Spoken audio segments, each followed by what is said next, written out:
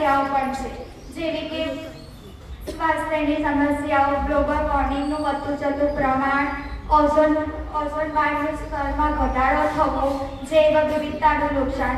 તો પહેલી છે સ્વાસ્થ્ય સમસ્યા, જેમાં પ્રદૂષિત હવા તે શ્વાસની તકલીફો, ખાંસી થવી, આંખોમાં બળતરા થવા અને ફેફસાનું કેન્સર થવાથી વગેરે જેવી આ બીમારીઓને કારણે સ્વાસ્થ્યની સમસ્યાઓ થાય છે. ત્યારબાદ ગ્લોબલ વોર્મિંગનું વધતું જતું પ્રમાણ, કાર્બન ડાયોક્સાઇડના વધતા જતા પ્રમાણને કારણે ગ્રીન હાઉસ પર અસર થાય છે, જેના કારણે માનવ પર ખૂબ તાપમાન વધે છે. આથી ગ્લોબલ વોર્મિંગ થાય છે. ઓઝોન વાયુના સ્તરમાં ઘટાડો થવો, પ્રિયન વાયુ જેવા ક્લોરોફ્લોરોકાર્બનને કારણે ઓઝોન વાયુનું સ્તર પાતળું બને છે.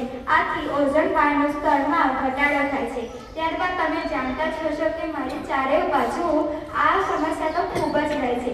તેનું નામ છે જૈવ વિવિધતાનું નુકસાન, કે કેટલાક પ્રદૂષણને કારણે વનસ્પતિ અને પ્રાણીઓનો વસવાટમાં નાશ પામે છે. આથી જૈવ વિવિધતાને નુકસાન થાય છે. જો તમારે પોતાનું જીવન બચાવવું હશે તો મને બચાવવા હશે. મને બચાવવાના મુખ્ય ઉદ્દેશ હવા, પાણી અને જમીનને પ્રદૂષિત મુક્ત રાખી પર્યાવરણનું રક્ષણ કરવાનું છે. જો પોતાનું જીવન બચાવશો તો આપોઆપ મારું જીવન બચી જશે. મને બચાવવાના કેટલાક ઉપાયો છે, જેવા કે વૃક્ષારોપણ કરવું, જંગલો, મેદાનો, એમાં વધારે વૃક્ષો વાવવાથી પોતાનું જીવન બચશે.